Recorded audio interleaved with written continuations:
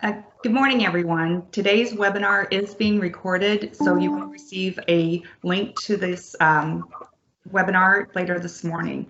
Please keep your microphones and your cameras turned off. If you have questions during the panel discussion, please use the chat function, or you can text or email me during the conversation, and we'll address those at the end of the discussion. Thank you, everyone, for joining us today for a very timely conversation, the future outlook relating to health chain. I'm Dawn Southard, Vice President, Investor Relations for Team NEO. I want to thank all of our investors and partners for your support for our mission comes from Northeast Ohio. We have a heightened sense of urgency and responsibility to work together now more than ever. As we rise out of our current state of disruption, we will identify new opportunities and become a stronger and more unified community. Thank you to our panelists for your time and insight today. I'm going to provide a short introduction and we'll get started. Tom Snowberger is the Chief Human Resource Officer for University Hospitals with 27,000 employees serving the needs of patients in Cleveland and across Northeast Ohio through an integrated network of 18 hospitals, more than 40 outpatient centers, and the largest network of primary care physicians serving Northeast Ohio region. Tom is responsible for all human resources, internal communications, and media relations functions. Tom also serves on the Team NEO Talent Development Council. Shawn Lyden is Chief Strategy Officer at Akron Children's Hospital. Shawn has been an executive at Akron Children's for 12 years and is responsible for strategy, business development, public relations and marketing, external affairs, and innovation. Shawn serves on the Team NEO Business Development Council and is active in a number of other community and professional organizations. Simrit Sandhu is the Chief Supply Chain Officer, and Simrit Sandhu is the Chief Supply Chain and Support Services Officer at the Cleveland Clinic. In this role, Ms. Sandhu leads a multidisciplinary team that spans sourcing, procurement, materials management, analytics, and patient support services, including food, laundry, and patient support and transport. She manages these services across Cleveland Clinic's 18 hospitals, 18 ambulatory care centers, and 180 physician offices. Mike Regelski is the Senior Vice President and Chief Technology Officer for the electrical sector of Eaton. Mike is responsible for working with the sector, engineering, and business leaders to develop and implement the electrical sector technology strategy. Mike is also responsible for providing overall direction and guidance for all engineering, program management, technology enhancement, and initiatives within the sector at Eaton Corporation. Before we begin our conversation, Jacob Doritsky, Team NEO's VP of Research and Strategy, will share a macro view of the potential impact of COVID on the healthcare sector. Thank you, Jacob. Great, thanks, Dawn. I'm going to be very brief, but we did think some context would be important. I think most of the people on this call know how important healthcare has been to Northeast Ohio for the past decade. It's led employment in the region and been the second largest contributor to GDP. Going into 2020, we projected even more growth for healthcare, but certainly COVID has impacted that. Moody's Analytics projects for Northeast Ohio right now that hospital employment and GDP could decline anywhere from 2.5% to 5% in 2020. If you've been following some of the national trends, you saw that 1.4 million healthcare jobs throughout the nation were lost in April, a staggering number and something I think that was unexpected. Some of the data we're looking at comes from the American Hospital Association, reporting that the COVID crisis cost hospitals over $200 billion in unexpected expenses just from the 4-month period of March to June. Certainly from canceled surgeries and routine procedures, higher anticipated costs associated with the PPE purchases, cost of supporting frontline workers. Veteran and rural hospitals do seem to be even more overwhelmed by the funding and PPE shortages. Bright spot around telehealth, although there do seem to be some questions about patient and even negligence potentially in lawsuits going forward. PPE was a critical component of the early supply chain needs. I do think, and I think we'll hear from our panelists today, that supply chain needs going forward will be an even more important discussion. So I look forward to hearing the discussion. And with that, I will pass it off to Bill Kaler, CEO of Team NEO, to lead the panelists. Good morning, everyone. Thanks so much for joining us today. I am the CEO and pleased to serve as your moderator. Jacob spoke about the importance of healthcare in our economy in Northeast Ohio.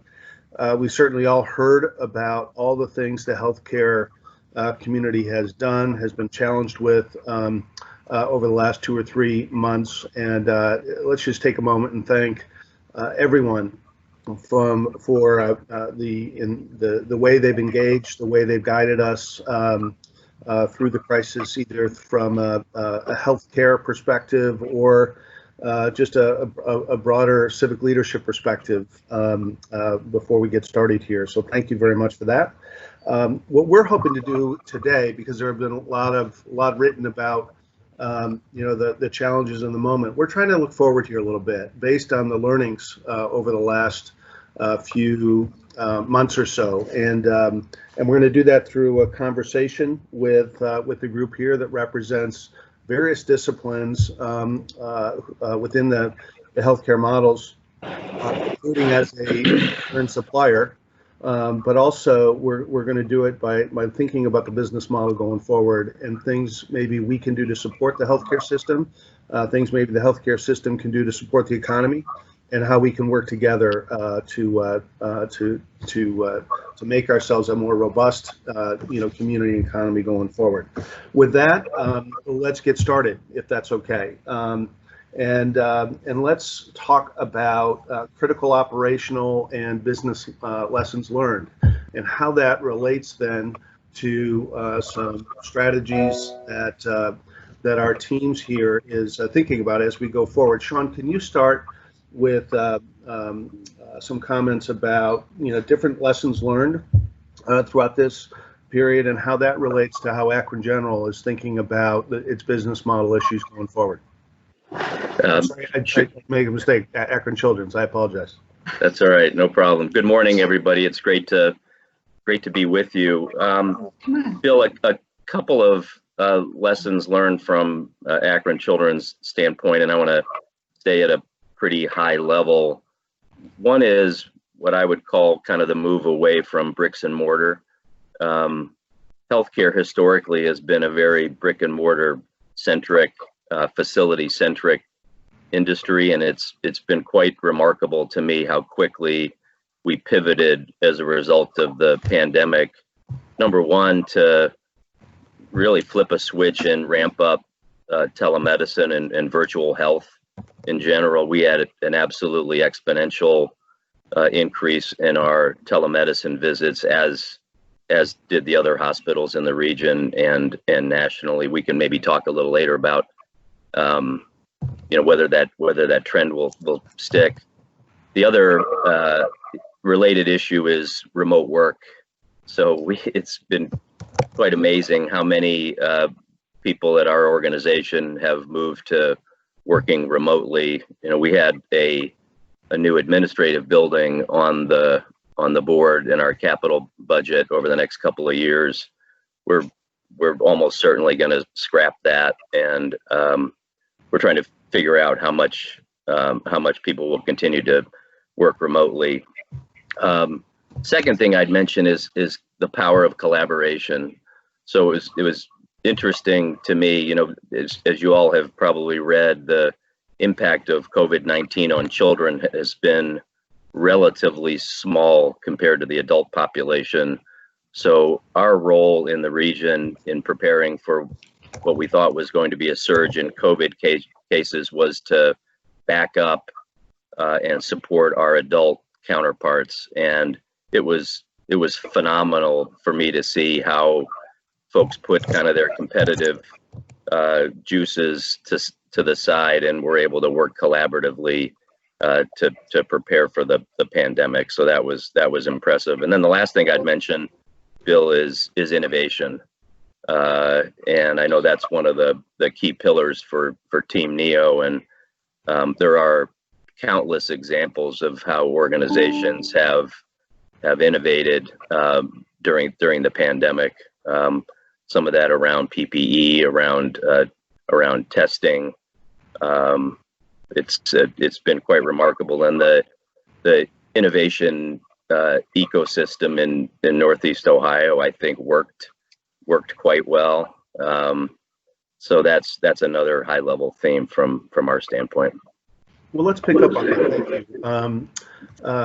Simrit, innovation can happen in products. It can happen in systems and processes and all that. Supply chain, very much an issue here. Can you speak to some of the work you will do going forward and lessons learned through the last 3 months or so, and how your supply chain model has to be different, and the kinds of issues or products you're thinking about to make sure that the clinic is prepared for whatever challenges are ahead? Like everyone said, it's been an interesting time of coming together and learning a lot. And I'd like to start by saying that we talk a lot about the digitalization of healthcare, virtual care, telemedicine. I think one of the things we have to begin to understand that the digitalization of supply chain and end-to-end visibility of where all these products are made, sourced, created is so very important. Because what we began to see in this time was the panic and uncertainty of not knowing where the product was, how much of it could be produced, how much of it could be distributed, and what the choke points were. So as I look forward and I begin to see not just this pandemic, but any other future outcome that comes ahead, what I'd like for us to do in supply chain and what I am doing within the clinic is truly beginning to understand supply chain, not just from a demand planning and immediate need perspective, but this idea of truly beginning to understand the blockchain, right? Where does the raw material come from? What is the labor arbitrage? What is the robotic equipment that is used to produce this? And then what is feasible to bring back to last mile? When I say last mile, I mean the local economy. The interesting dynamic here is separating what I call heroics from sustainable solutions. I believe the last 6 weeks have seen heroics that are tremendously applaudable. I mean, what this team has done both at the clinic, regionally, nationally, has been nothing short of a miracle. But I think the path forward is not one of heroics. It has to be one of sustainable solutions. And I think that's where we will find opportunities for things such as last mile configurations, stockpiling, bringing back, maybe some robotic automation to the Americas, looking at regional strategies in Mexico and Latin America, beginning to understand what labor arbitrage, raw material look like, and understanding that at the very end, we need to understand our demand and supply so that we can manage to future situations. A statistic I want to throw out there is while we can plan redundancy and resiliency for 2 to 3 times normal consumption, this pandemic brought about 15 to 20 times, and in some products up to 100 times of consumption. And no amount of production increase will lead you to a situation where you can sustainably keep producing to that demand. So this idea of truly understanding demand planning, production capacities, choke points in a global supply chain, all of this become important as we look forward. A small step we have taken is we have RFID tagged any product that truly needs to be tracked to RFID at the clinic. At this point, we put most important products into cages with RFID tags on them. And what we began to understand is the role technology can play in solving a crisis was very, very important, even in supply chain. Thank you. Mike Regelski, let's pick up on that. You and your partners at Eaton have been very actively working with the healthcare industry in Northeast Ohio through this as a supply chain partner. Can you share some observations that you've seen sort of from, I guess in some ways, the other side of the table, but maybe also a partner in the effort? Sure. So, we got in and we started trying to look at how could we help and utilize our manufacturing expertise to provide critical PPE to the frontline workers. And what we found is that, we were able to utilize our expertise around additive manufacturing, come up with very quick prototypes and get some very good feedback. But in order to produce at scale, you have to use traditional manufacturing. Additive just isn't going to go fast enough. And what we quickly found was it's a supply chain issue. It's all about where do you get the materials, who has the scale, how can you coordinate the logistics? And really, if you're trying to get into this, you have to have some kind of established buying power. if you're a new entrant and you don't have credibility of size of business and relationships with different types of vendors, you have virtually no chance of getting any of the raw materials that are needed to come in and produce, any of the PPE or products that are needed. So it was a big lesson that was learned for us, and we were really happy to be able to partner with a lot of the local manufacturers and even supply chains from all around the U.S. to source the right material and then create the necessary products and do it at scale in a rapid amount of time. It was a tremendous learning for us. And I want to comment on one other aspect of this. And you talk about the digitalization of supply chain, but we're kind of looking at this and saying, is there a digitalization that can occur inside of PPE? If you start thinking about the manual efforts that can occur when you have to take someone's temperature and then report it, why can't a lot of these devices just be embedded inside of the PPE itself, make it more intelligent, provide all of this information systematically so you don't have to go through all the manual labor and exercise of trying to trace back and see where things came from, where they're used, who they came in contact with.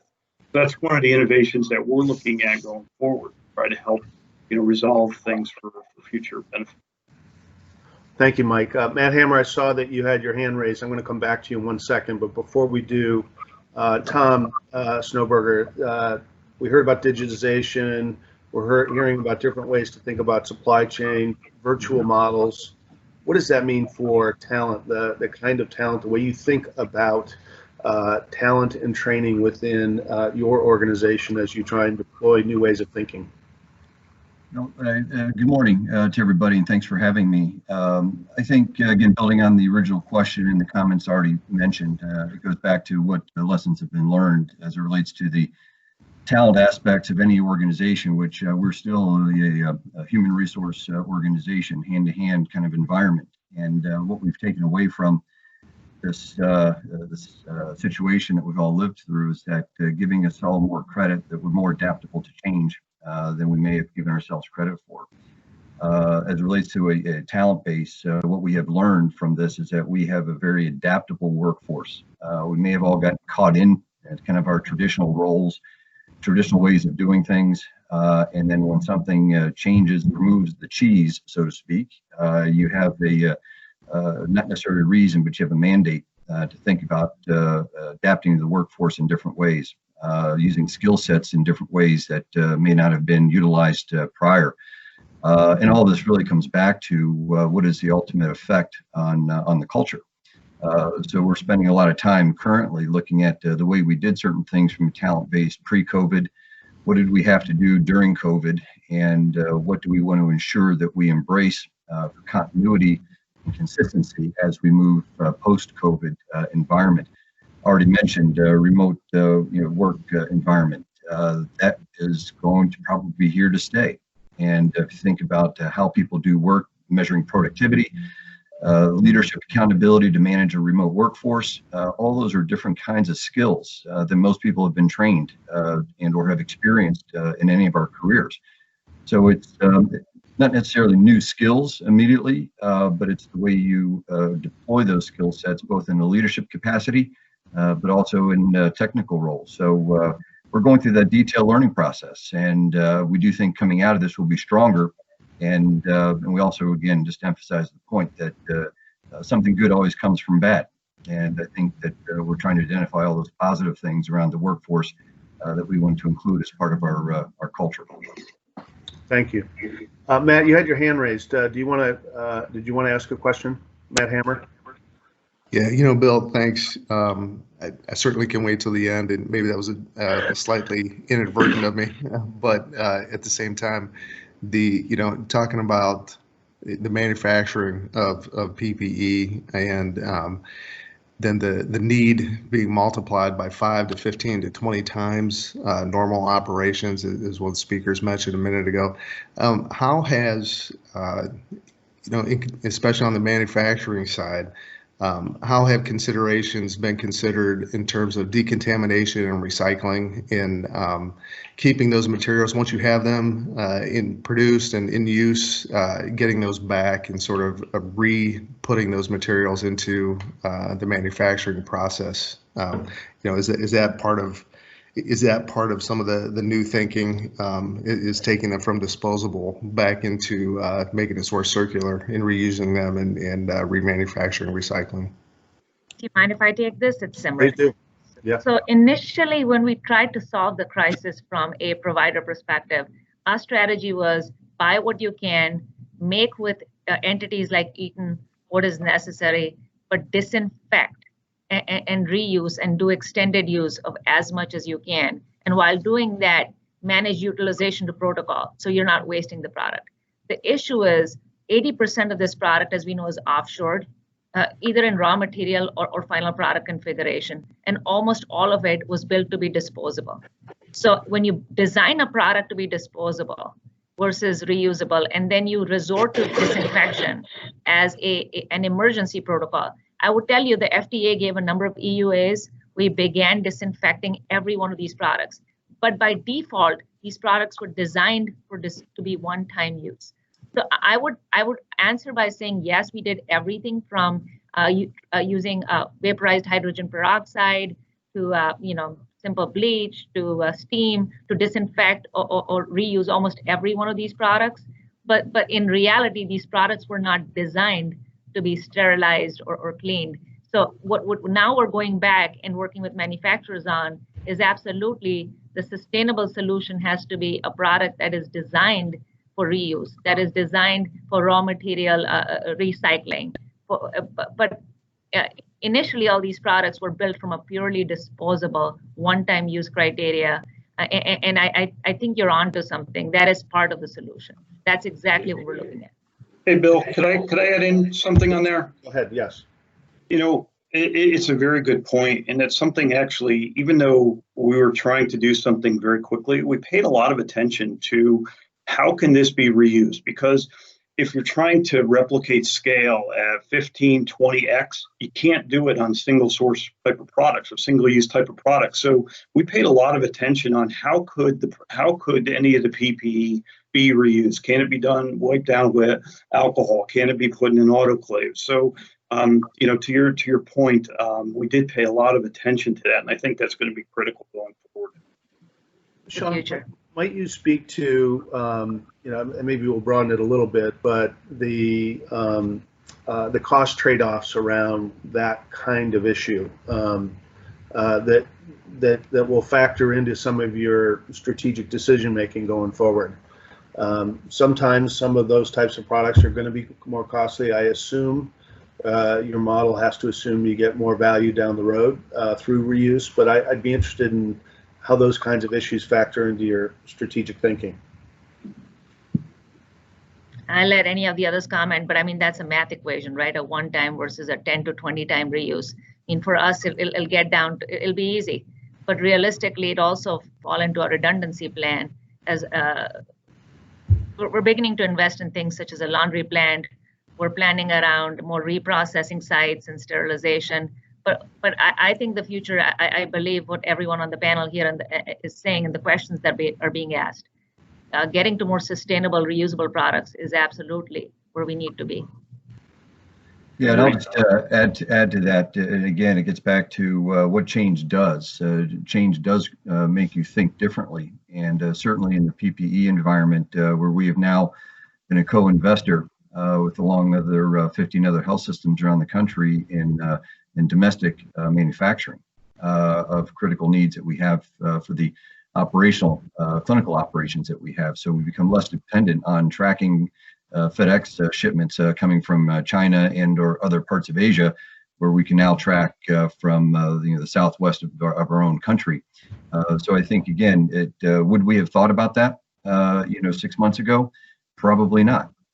That's again something good comes out. It really makes you think differently, and we'll be better prepared and stronger as it relates to PPE, knowing that we have more influence on the supply than reliance on others.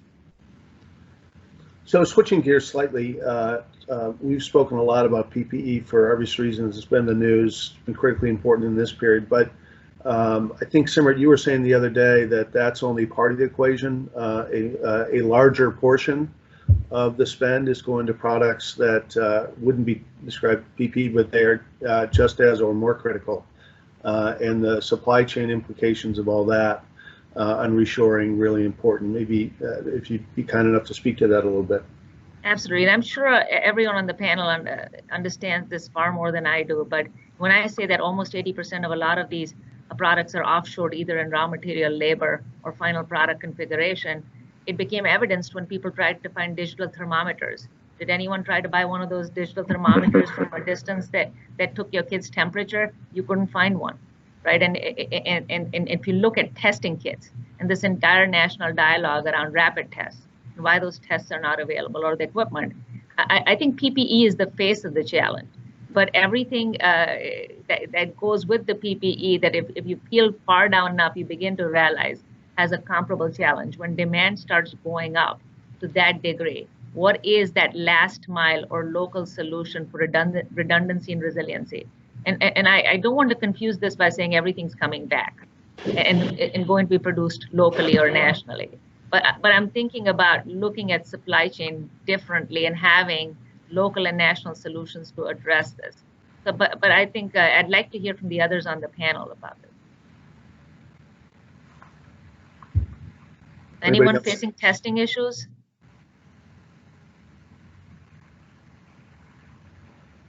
Shawn, Tom, testing issues, anything like that? Supplies? Yeah, really all of the above. Yeah, we've had, to this day, we have significant testing issues, and I'm not responsible for supply chain, but it's the whole situation was kind of a free for all for us, and kind of begged, borrowed, and stealed to get to where we needed to be. I think it's a call to action for the manufacturing teams. I mean, we've been fortunate enough to work and partner with entities like Magnet locally and others nationally. And I think they're looking, and I'm very glad that we're beginning to look at this more as a larger opportunity, as Mike articulated, a supply chain opportunity. Right.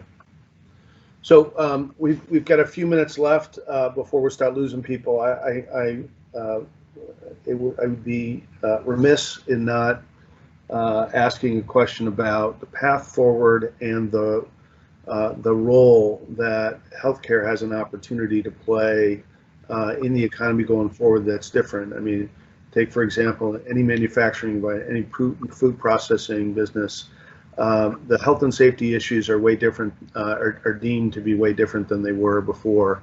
Wondering in your perspectives on how your institutions are working together with manufacturers or others in the economy to lend your expertise about safety issues to make sure that we're allowing people to go back to an environment that is safe or safer, and so we can keep the economy going.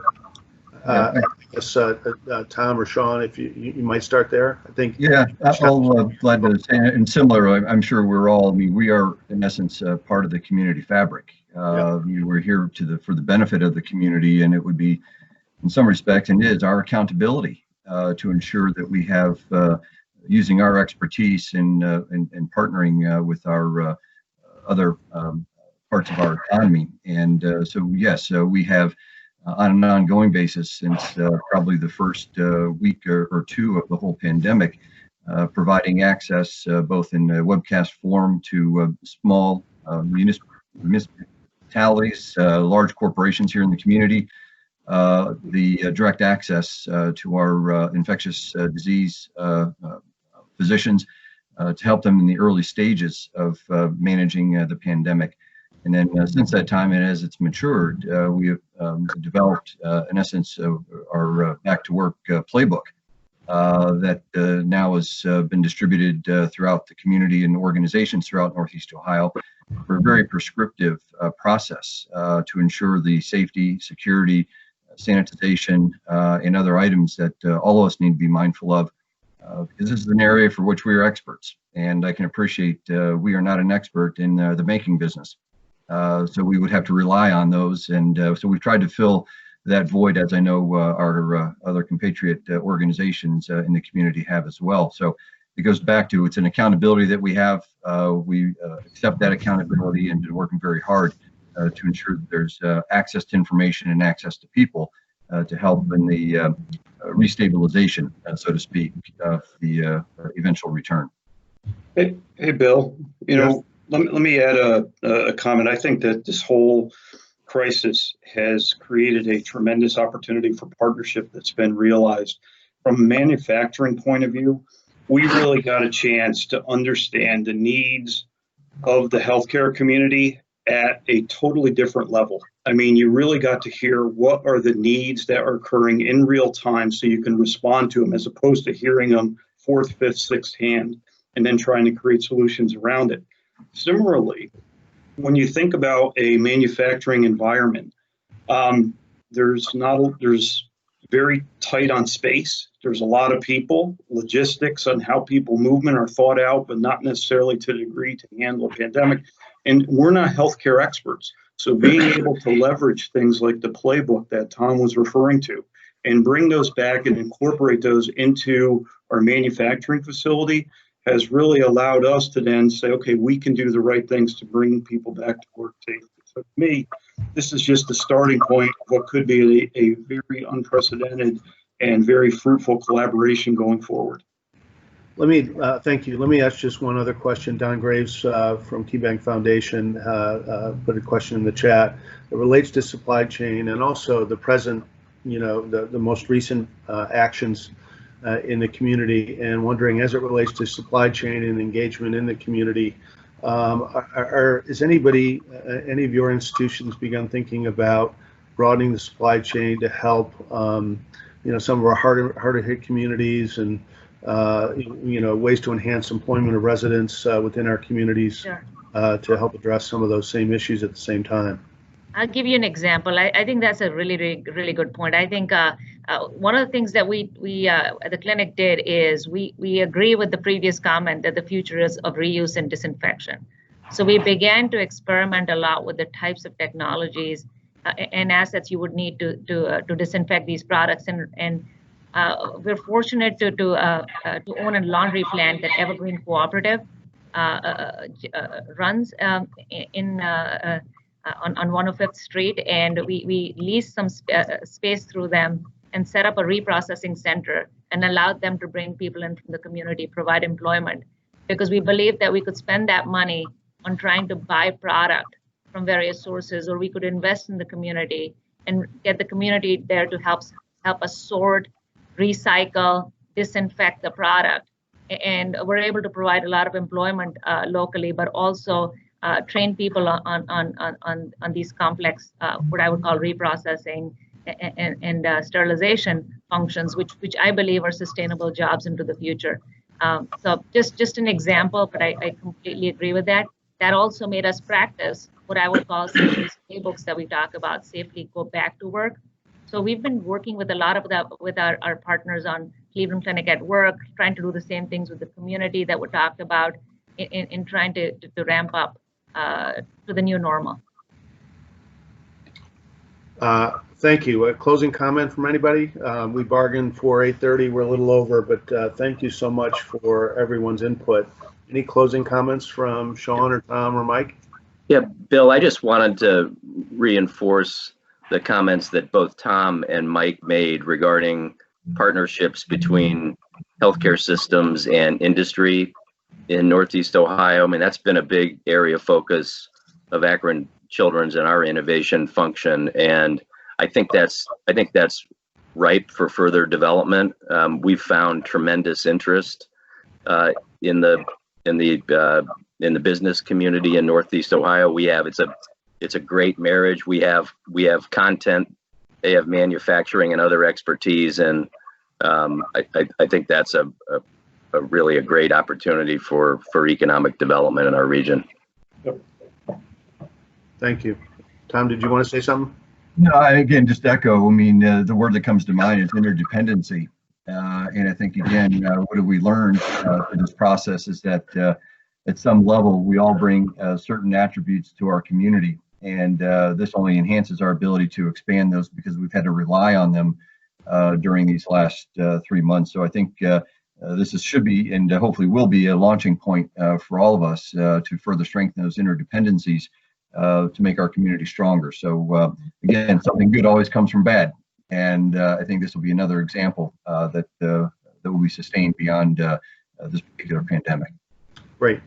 Hey, to everybody who joined us to listen in, thank you for allocating your time to learn about some of the things that are going on around us.